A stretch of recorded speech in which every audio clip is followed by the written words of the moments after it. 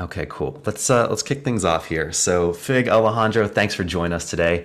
We're continuing our core spotlight series, talking to a number of interesting protocols that are participating in our event to possibly win another Tokemak reactor, as voted upon by Toka stakers in the community.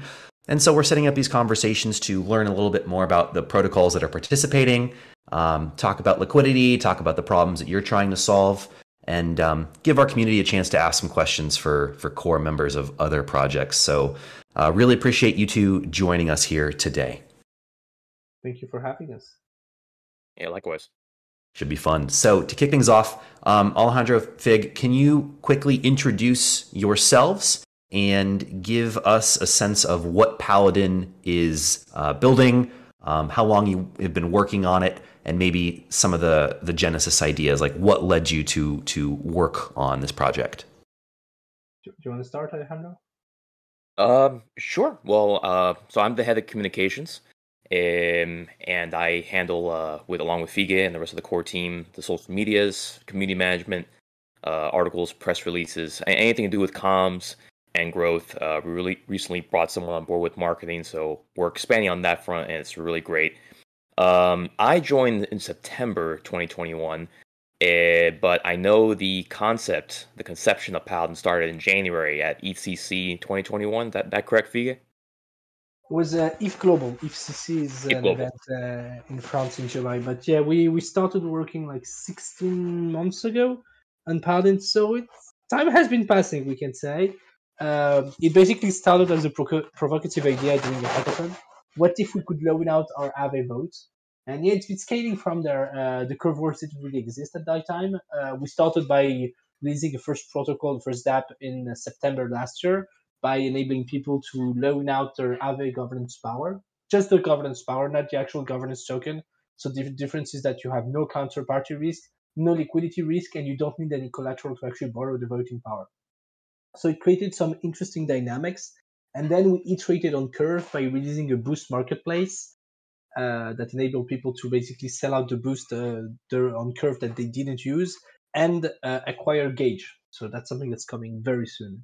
And the next thing we'd like to work on is basically how do we think about this and liquidity direction for Tokemak and for Toke in general. What I just described are what we call influence markets. So our general idea about at Paladin is how do we make more people participate in crypto in general in the governance systems, because this is actually insanely important. If people don't participate, well, it's useless in actually building a decentralized system because the people won't be really using them. And the second part is how do we structure it in a way that people can use them much more easily? One of the biggest problems we're seeing is that people have like 5, 10, 20 different governance tokens. So it's impossible for them to follow and participate in all of these tokens. So we have to push the utilities by reducing as much friction as possible. These are basically the topics we've been focusing on lately. Got it. And when you began building Paladin, can you describe like what you think about governance has worked and has not worked for protocols in the past? Yeah, for sure. So let me start by saying that the reason we built this is that we've seen DAOs having exponential growth in terms of size, in terms of valuation, and in terms of revenue. It's the example of Tokemak, right? However, the biggest problem we have is that we do not know how to do a good organizational structure for a DAO. We don't. There is no plan. There is no one that has outstandingly succeeded, right? You have some very good hints by people like Index Group, by people like MakerDAO, but we don't actually have a game plan. So DAOs are actually much more mature financially speaking than organizationally speaking. And that's a big problem because people can actually come in and abuse the weaknesses, the organizational weaknesses that actually exist. This can be, for example, what we call governance tax, but it doesn't have to be this too. So I would say what has worked is the community building by far. It's impressive what we're able to build with the community today. Just look at the Tokemak, what you guys have built with Tokemak, right? And what hasn't worked, I think, is how do you structure people to actually be incentivized to work on the long term for a project? Because if we're actually building projects that are going to be able to be sustainable for hundreds of years, well, we're going to need more than just a core team that's vested under 3 years. We're going to need like employees or contributors who actually have long-term alignment with the DAO. We're going to need people to be able to take over, like from someone that actually leaves the reign, and we're going to be able to need to have anti-fragile organizations. And all of these, we don't have them. There's very few projects that actually are planning for the long term. I could mention C.o.R.E, who actually has tokenomics that are planned for the next 300 years. That's one very interesting point. But right now, and if you look at Tokemak, it's something that should be able to become some kind of financial block for the future, right? And all the challenge is going to be, how do we build Tokemak to be here in 100 years? Certainly, yeah. We want to build something for the long term. And so a governance process that allows us to build for the future is really important to us. And I know there have been issues with like straight token voting in the past. Large whales or VCs can have too much outsized influence on decisions. And it could be the case that there's hostile governance attacks. So governance is still something we're trying to figure out. It hasn't been solved for. I know quadratic voting is a topic that's I think Vitalik has been in favor of, if I recall correctly, as a way to just counter the sheer weight that majority token votes can have. I'm curious if you can weigh in on that topic. Like, what is the best way to ensure that a project's long-term future is being built and people aren't just focused on like short-term profit-seeking, rent-seeking type of behaviors? That's actually a very good question. I think there are certain topics on which bribes should not be allowed, or at least should be minimized, in the sense that when you're offering people to accept incentive for a very strategic decision that's actually playing out for the future of a project, you're compromising the long term for short-term gains. And to be honest, that's one of the reasons why we haven't done anything for the core events. That's one of the reasons why we haven't actually tried to build anything for the core events, is that we see them as a very watershed moment for Tokemak, in the sense that it should be the moment where the community actually picks up the most strategic partners for Tokemak. In the sense, what token swap should we need for the best development of Tokemak? Today, Tokemak has funding, has resources, has a really good community. The only thing that you guys need is execution, right? It's going to the permissionless route and have liquidity direction and having the token words picking up, right? And that's actually very little for it to work compared to a lot of products. But this has to be nailed. And I do think that the core events are a really important part in that step, because they're like the knighting, the choosing of the right partners. So I don't think there's a perfect model. Quadratic voting has a lot of mistakes. For example, it's very easy to parasite a vote with quadratic voting. Instead of having 1 million token in one wallet, you could just put the 1 million tokens in 1 million wallets. Just need a script to do it. And you have the right funds in terms of gas. It's quite easy to do. So I don't think quadratic voting really solves anything right now. There's a lot of experimentation with reputation-based system that could be very interesting, but there's a whole bunch of things that are driven by economic refraction, for example, emissions, and that could be totally adapted and have incentives behind them, like bribe systems. I'm not sure. I remain totally to be convinced about that core events should be in that category. Yeah, it's very interesting that you bring this up, like the whole convo, because if you take a step back, right, like there's like, you could say, I mean, there's like a lot of overlap, but you could generally say there's like two types of participants, right, in a protocol. There's one group that's basically just interested in like kind of the economics of it, of like, you know, like price appreciation of token. That's just basically like the speculative aspect of it, which is also very important. I'm not saying, you know, it's an important player. And then you have other people that are like you know, more focused on the protocol itself and the growth, right? That are like more incentivized to like participate actually than in governance, right? And I think one of the challenges is to like kind of bring these two groups together, or like align like kind of interests there. And what I think is interesting now, what you just brought up with the core vote, is, for example, in our liquidity direction voting, it's been designed in a way that the you know, kind of the best decision for the protocol itself equals basically the highest economic incentives for the liquidity directors, right? So there it's like kind of easy to like kind of align these align these interests. We've kind of jokingly said a little bit like greed is good in that sense, right? Like the more greedy you are for high APRs, you will vote accordingly, which is also then in line with what is best for the protocol or for the liquidity direction in general. But on the core side, right, it's interesting because there's definitely like votes or like partner protocols or potential partner protocols that are from like a strategic perspective for the system are like more interesting than others. But that's like, it requires way more activity on the side of the voter, basically, to like inform themselves and you're right, like and that's like kind of the difficulty, right, to like truly get these things like all into one way that like serves the best for like everyone involved. Yeah. So I can actually link this to something that's being discussed in the core chat at the same time. It's simply that a lot of people don't care about governance. That's actually the case in broadly, like there's almost 95% of the votes that are not being used. And if you look at the number of users that are voting, it's usually less than 1%. So for example, you have 320,000 addresses that actually own Uni token, but there's less than 3,000 actually voting. And it's going to be the same for everything. It's simply the fact that a lot of people are not active participants in the governance system or in the system in general, right? It's probably going to be the same for token holders. So that's why we advocate as Paladin a lot on delegation, because it's something that's absolutely not new. Every single political and organizational model has delegation to solve the fact that the most active people, the ones who are most visible, should actually be the speakers, the representatives of the others. Because if not, the system will just not be pushed forward, right? So that's why we built our whole tech on delegation, by the way, because we're convinced this is mandatory for any organization that's going to scale. Where it gets really interesting is when you mentioned what you guys call greedonomics. I remember reading one of Liquidity Wizard's article when he was talking about that.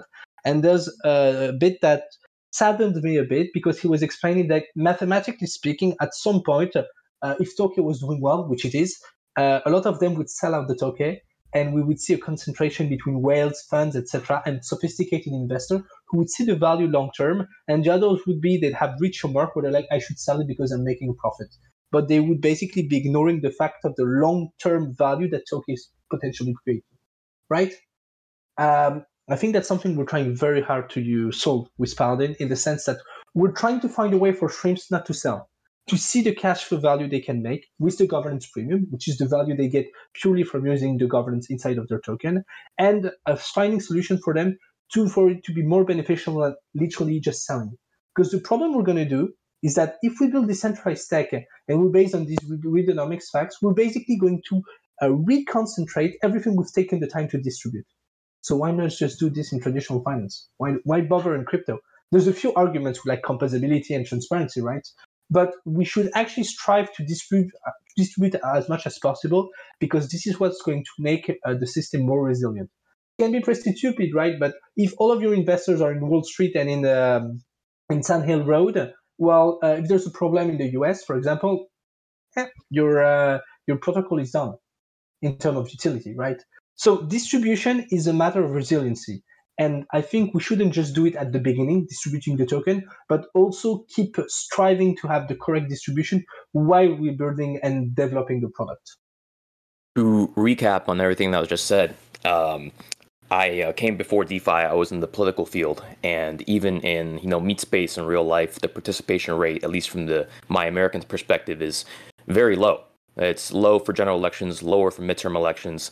So, of course, in DeFi, the main question is, okay, how do we boost those rates? But also, what's the best incentive? Of course, it would stand to reason that's economic.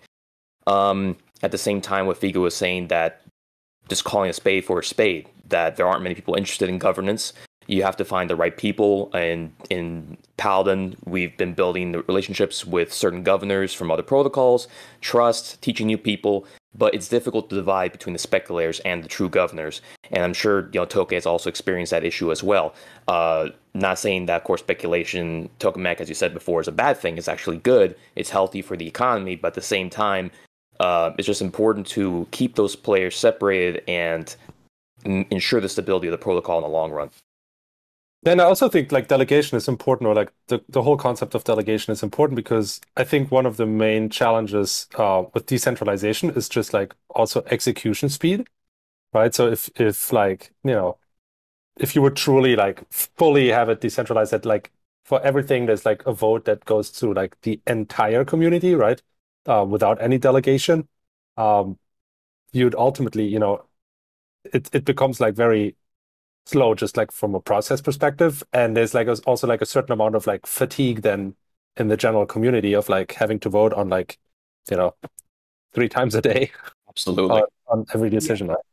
Yeah, so I think there's two things that are interesting with this. The first one is, as you mentioned, we're not, at least very few protocols are actually not tiering decision-making things. They're like, everything should be decided by the DAO. That's ludicrous. That should never happen. You should have strategic decisions made by the DAO. Should we accept funds? Should we create a new sub-DAO? How much should we allocate to this sub-DAO? Who should we elect to manage a certain aspect of the protocol? Then you could have optimistically governed decision makings, like should this sub-DAO make this important choice? And then they would have their daily operation where they shouldn't have to as the DAO on a daily basis, because that's simply inefficient. I think Figue has been doing that in a very interesting manner. We've been trying to transition into that model. The second part that's interesting is the fact that, as you mentioned, this voter apathy, especially at the beginning of a project, right? That's why we actually created influence market in a sense, because having this vote lending economy enables to create liquid democracy, which is going to enable a more liquid way of actually interacting with the governance system. So I'm not saying it's the best solution long term. It's not our long term solution. I'm saying it's a very good transitory solution from a blooming project into a fully bloomed actual DAO and governance system. And we think it can kind of compensate the actual lack of activity, because it's going to enable anyone who has an idea to very frictionlessly come in and be able to do that. So we've done that on Aave, we're doing that on C.o.R.E, and we actually want to build a positively looped one for Tokemak. On Aave, we've been very careful in the sense that our successful pool is the PAL stake Aave one, so people deposit stake Aave. And we're noticing that a lot of people who are depositing right now are people who actually hadn't deposited into the safety module yet. So what they're doing is that by using Paladin, they're also protecting, when they're depositing into safety module, the actual funds and for Aave. So it's a net positive for the project. Similarly, for what we've been building on C.o.R.E, we're pushing people to actually log on the VCRV layer. So it's pushing the distribution and the decentralization of the protocol further. And what we want to build for Tokemak is a custom influence market. So it's not just buying access to liquidity direction. We think that there's going to be huge reckoning if this actually generalizes in a permissionless way, simply because token holders are actually responsible for impermanent loss, right? So if you just bribe someone very high and then there's like huge impermanent loss, they're going to get wrecked, because they're going to get a bit of bribe, but they're going to lose a lot of token, which is probably the worst case scenario. So our solution is actually to enable people to collateralize their incentive mechanism for liquidity direction, and the collateral gets slashed depending on the impermanent loss. So that's interesting. Let's dig in on that. So as a protocol, does Tokemak need to do anything in order to use your service, or is it a place our users, our Toka stakers, would go and use your protocol? Like what would that actually look like? It would be permissionless in the way that just token holders can come in and use it. It's not anything for Tokemak. It's really designed for, as we mentioned, the small holders who don't really understand Tokemak, but they're like, I want to bet on that. I think Tokemak is a great project. I don't understand, or I don't have time to do liquidity direction. So I'm just going to put it in a vault where people are going to be able to use my vote. I'm going to be paid for doing that, because it's actually a service, right? You're giving up value to them. So you shouldn't do it for free unless you believe in their project. And on top of that, we could, for example, auto-compound the token they're making into it. So it would just be like a growing thing. And instead of having these gridonomics where basically all of the small token holders are selling on the market, they could just put it in there, say that's my retirement plan, and wait like 5, 10, 25 years and having them just auto-compounding and doing a service. One, helping Tokemak actually run. Two, helping people who don't have the right token to actually grow. And we haven't talked about the utility of token, but we can talk really deeply about that later on and how about it. And 3, just enable to have healthier distribution for Tokemak in general. So it would basically also like kind of include like from a user perspective, this like advantage of like having this auto compounding, right? Yeah, Auto compounding is like the cherry on the cake. Sorry, go ahead. Yeah, no, that was my main question. Thanks. Yeah, so the auto compounding is like the cherry on the cake. It's what allows like everything to flow very easily. What we're seeing is that I think people are not discussing enough. I would say the potential that Toke has, because very abstractly, what Tokemak creates is that we're replacing liquidity by actual governance. So you just need to vote in order to direct liquidity somewhere. So instead of needing actually the liquidity, you just need the token. So I was on chat with someone who had a large stake in Tokemak a few hours ago, and I was telling him that he should use that as an incentive for the next portfolio companies he wanted to pitch in to invest. And that's the truth, because having Tokemak is an advantage. You can come into a portfolio company and tell them, look, I have a lot of token. I can direct liquidity to repair at the beginning of your token life, which means that you don't need to worry about actual liquidity for your project. And that's a really good strength, because in abstraction, what Tokemak allows is optionality on the liquidity layer, which means that instead of just needing cash to basically do your utility, you can just think of it in an abstract manner with the token I have. So if us as a DAO, as Paladin, we have token, what we would use it for is what we call liquidity ops, which is something that has never existed before Tokemak. It means that if I want to deploy something on Phantom, and I think there's going to be a lot of activity, knowing that there's a lot of unique Phantom users that are not from Ethereum, I should be able to deploy my liquidity, part of my liquidity that's through Tokemak from Ethereum to Phantom just with Tokemak. And this enables me to support the volume of trade that's going to happen for the few weeks or the few months that are going to happen then. And that's a very simple thing we can do. But in general, I think liquidity ops is something that is totally underrated and that basically Tokemak is creating. Yeah, there's a lot of use cases, or like kind of, so to speak, like user, like basically like a kind of a target audience that I think aren't, most people don't think about. And just like you mentioned, right? It's like also like for like an investor, like a VC, for example, it's also like a big value proposition to be able to not only offer like funding, for example, to a protocol, but also to be able to say like, we can basically easily support liquidity for you in the beginning, right? By just directing that liquidity via Tokemak. Yeah, and we haven't even talked about like all of the hedging mechanisms that could be built on it, right? But there's a lot that can be like, the way I see it, and there's like two different ways of seeing that are interesting, is that just by transforming liquidity from a cash problem to a governance problem, we're abstracting the fact that we can think with much more optionality about governance. And the second thing, and that's true for absolutely all crypto, is that once you actually remove, quote unquote, transaction fees, if you go on other chains, on rollups, there's a lot of things that can be done with liquidity that we haven't thought of before.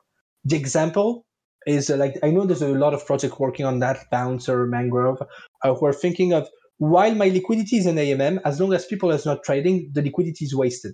So we could do something else with it.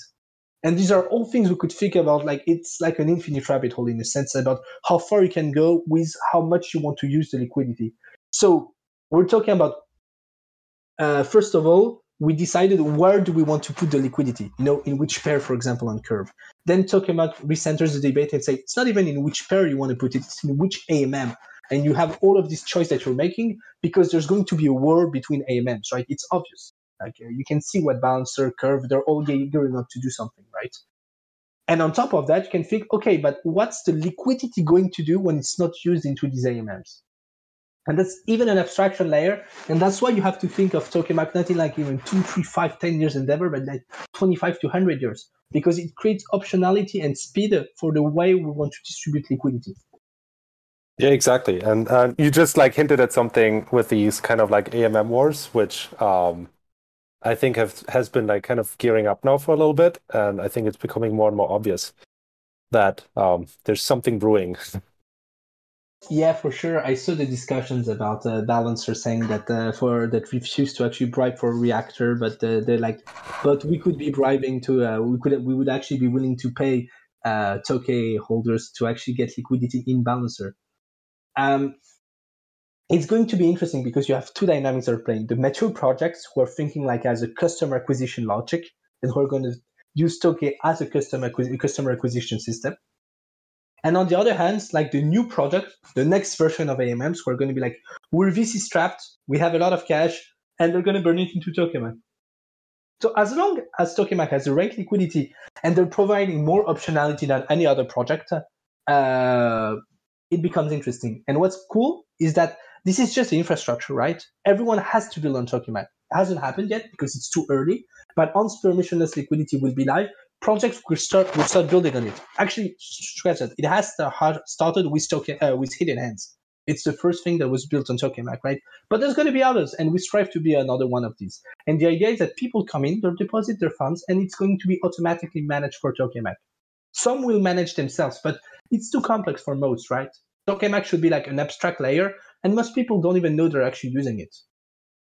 Very good points. I just wanted to kick over a little bit, switch gears a little bit into your tokenomics, because I've read a little bit and super interesting, and I'm going to gear up towards like a specific question, but if you could just go into a little bit into like the differences of like PAL, the HPAL, and then the locking it, and then the cherry on top on my end that I would love to hear from you, like explained a little bit more in detail, is Paladin Chest. Yeah, for sure. We're probably going to change the name of Chest. We're discussing about it. We've been thinking a lot about tokenomics, and I know the VCRV model has been very successful. There's a lot of things that I think work for Curve and that won't work for other projects. So the idea behind our project was, let's build a unique token that's going to fit the mentality and the vision we have with our product. So the vision of our product is for Paladin to become the governance protocol, in the sense that people who want to participate in governance will come around Paladin. So how do we make this? Well, these people, they're after influence. So our idea was, how do we crystallize influence into one token? That's what we wanted to do with the chest. So the way we did it is that we structured who are the different stakeholders in the protocol: speculators, for example, funds and people who spectators, and then true governors, people who really want to participate. And what we saw was that we could leave out the speculators exactly like C.O.R.E did. So there's going to be a layer that's just a token that can be traded on the market. It's the PAL token. Then you're going to be able to stake it. It's going to look a bit like stake Aave, and you'll be able to participate in governance, and you just have a 10-day cooldown. And that's like the governance, pure governance layer. And then if you want to go deeper, you can lock it. When you lock it, you get extra governance power, and you'll get access to the chest, which we're currently in development. And this is the crystallized influence thing. So what is the crystallized influence concept?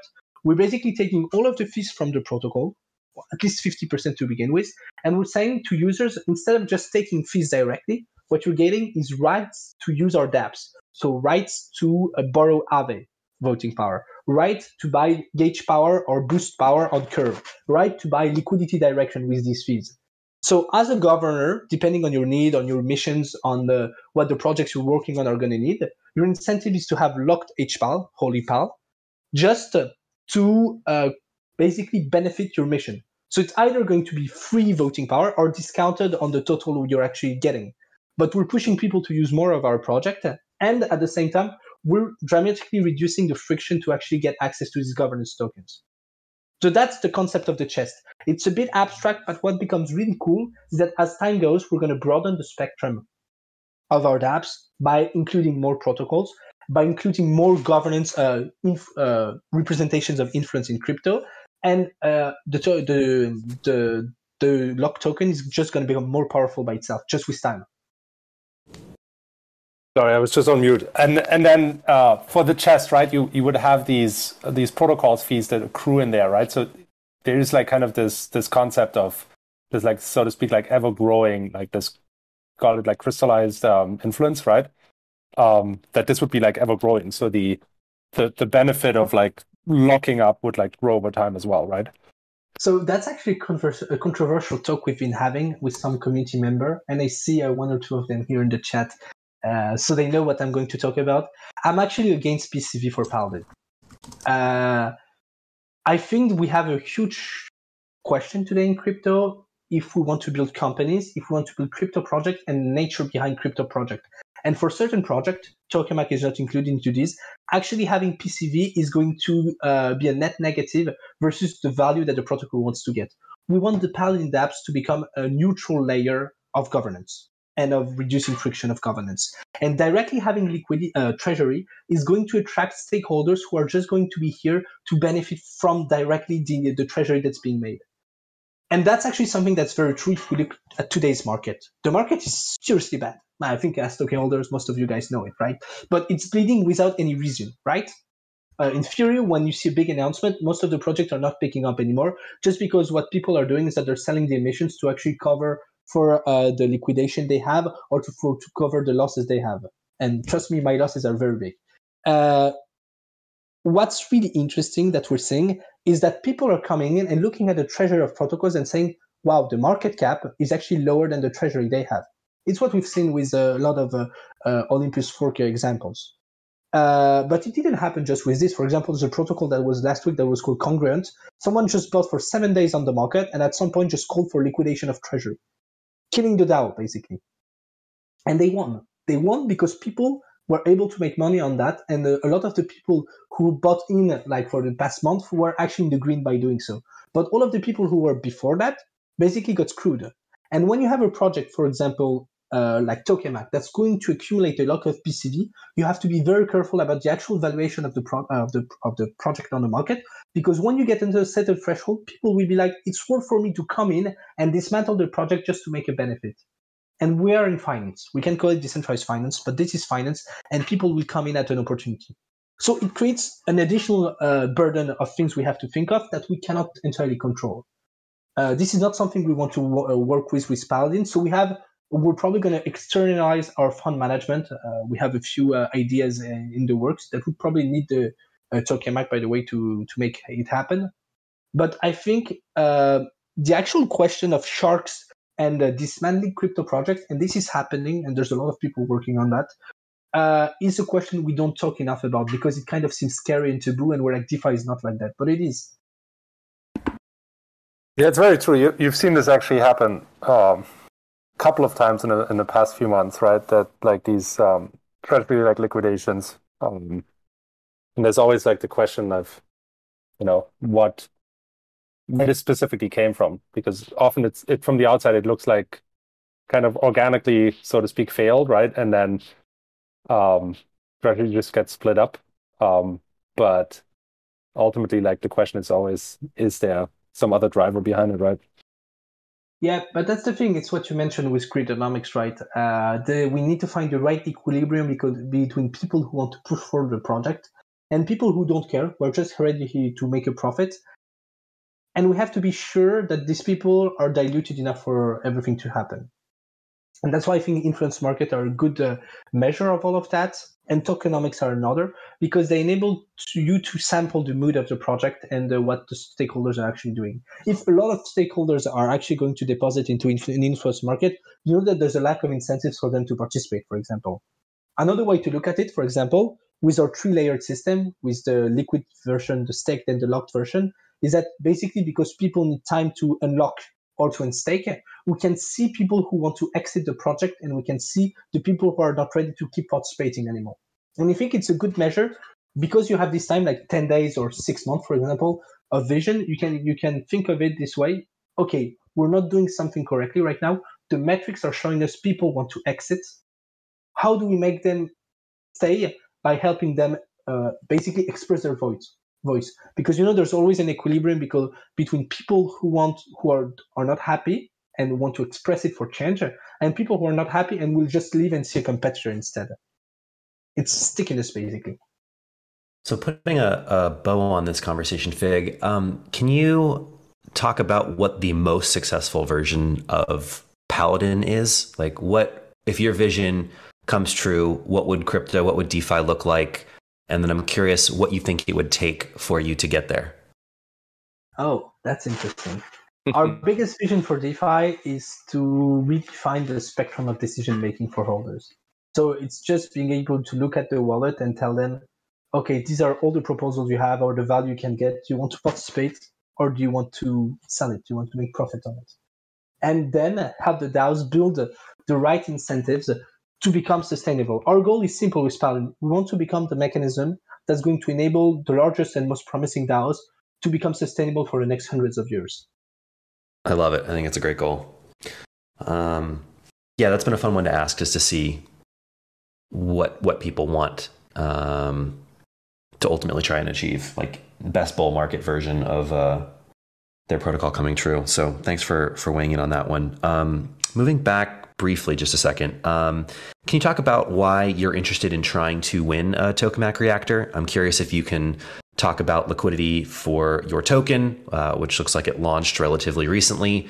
Any challenges or struggles you've had trying to acquire liquidity, and ultimately why you think a reactor would be beneficial for Paladin. So there's so many depths to this question. The most obvious one is just we need liquidity, as most projects do, especially because we're growing. We're going to release quite a few things in the next coming weeks. So we actually want to have more available liquidity. And because we're thinking of cross-chain expansion eventually, once liquidity direction is there, we'd like to use it for us to direct our cross-chain liquidity. That's the first part. We need more liquidity. Like most projects, we always do. I was talking with one of the banker guys, and he was telling us that most crypto projects were actually so illiquid that they could never really reach main adoption right now, and they're totally right. Today, if you do a token swap of over, I think, $30,000 on Paladin, it's going to be over 2% slippage, which is simply not okay, and we don't have the funds of the projects to go further. So what we're doing is that we just want a curve gauge. We're going to incentivize the curve gauge to basically attract more people to come with us. We're hoping to do that in other protocols too. But more than the curve gauge, the other thing we're interested in is that basically, once you win a core reactor, you're basically doing, from what I understood, an OTC swap, actually not OTC, a token swap with Tokemak, which is, for I understand, to collateralize the reactor.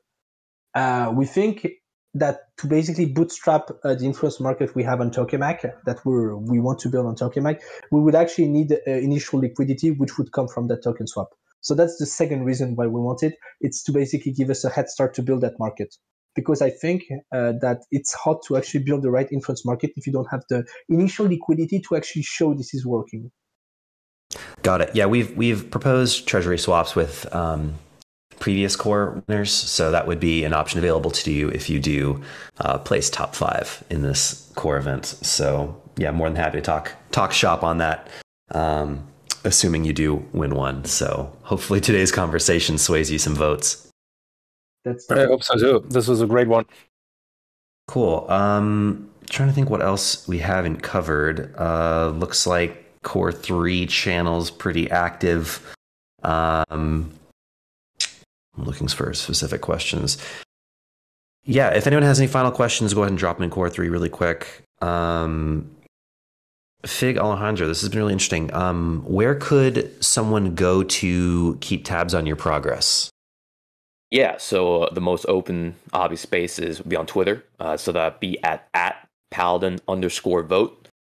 And in the bio as well on Twitter, we have our Discord link. So you can join through there. We currently have a growing Telegram community and also on LinkedIn as well. But those are the two main options, and that's where you can get all the alpha. Discord gets all the information slightly earlier than everyone else. Got it. And will you both be there in Paris in July for ETHCC? Yes. Excellent. Looking forward to that one. We're gonna have a few of the team there. We're throwing the biggest event of ETHCC, so look forward to it. All right. I hope I can get through the line. So I'll be standing outside trying to get in. Just let me know. All right, cool. Gentlemen, this has been a pleasure. Yeah, thanks again for joining us. Really glad you guys are participating in Core. Super excited about the ways we can collaborate together. And yeah, good luck. I hope your conversation gets you some votes today. Awesome. Thanks so much. Good luck. Thank you very much, guys, and keep killing it. Have a nice day. Thank you for having us. Yeah, thank you. Thanks. Bye.